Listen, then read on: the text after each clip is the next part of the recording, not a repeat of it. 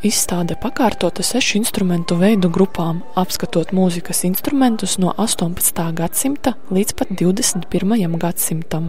Katrai grupai ir savs atsevišķs stāsts.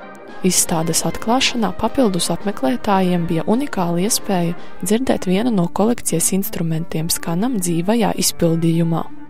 Šeit ir viens eksponāts, kurš dzīvs un elpo un rada skaņu, un tas ir Hammond ērģeles 37. gada VFA ražotās.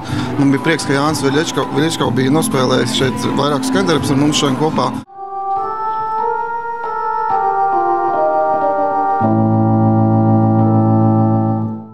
Iepriekš izstāde jau bija apskatāma koncertzālē Lielais dzintars Liepājā, bet Latgales vēstniecībā Gorstai pievienojušies arī pāris Latgales autoru mūzikas instrumenti.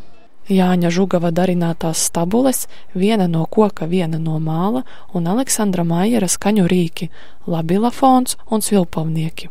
Mums ir vesels vairākas paudzes, ir būvējuši visu veidu instrumentus, un šī būvniecības tradīcija turpinās līdz pat mūsu dienām. Vēl spēcīgāk jāapzinās savas kultūras vērtības, un tās ir tās, kas mūs veido par valsti un par tautu.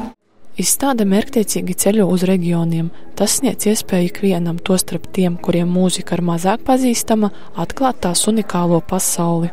Latvijas ļaudis, kas dzīvo reģionos, nevienmēr aizbrauc uz Rīgu, bet ir ļoti svarīgi šo vēstījumu un šīs vērtības parādīt cilvēkiem pēc iespējas vairāk un plašāk Latvijā. Šī izstāde pēc būtības tā ir mūsu vēsture. Šie vēsturiskie mūzikas instrumenti, es domāju, ka viņus vajadzētu apskatīt mūsu mūzikas skolas audzēkņiem. Tiem, kuriem mūzikas instrumenti ir mazāk pazīstami, izstādē var iepazīties arī ar dažādu Latvijā atzītu mūziķu stāstiem. Kādam varbūt neinteresē tur mūzikas instrumenti, bet viņiem interesē stāsti.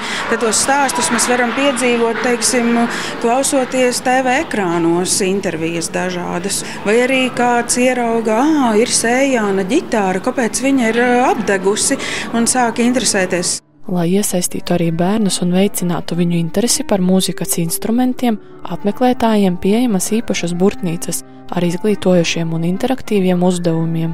Mums bija svarīgi veidot burtnīcu, vai, piemēram, grāmatiņa tāda, ko var paņemt no izstādes mājās un ne tikai piedzīvot izstādi mazu brītiņu vai ilgāku brītiņu, bet aiznest mājās un vēl padzīvoties izstādē.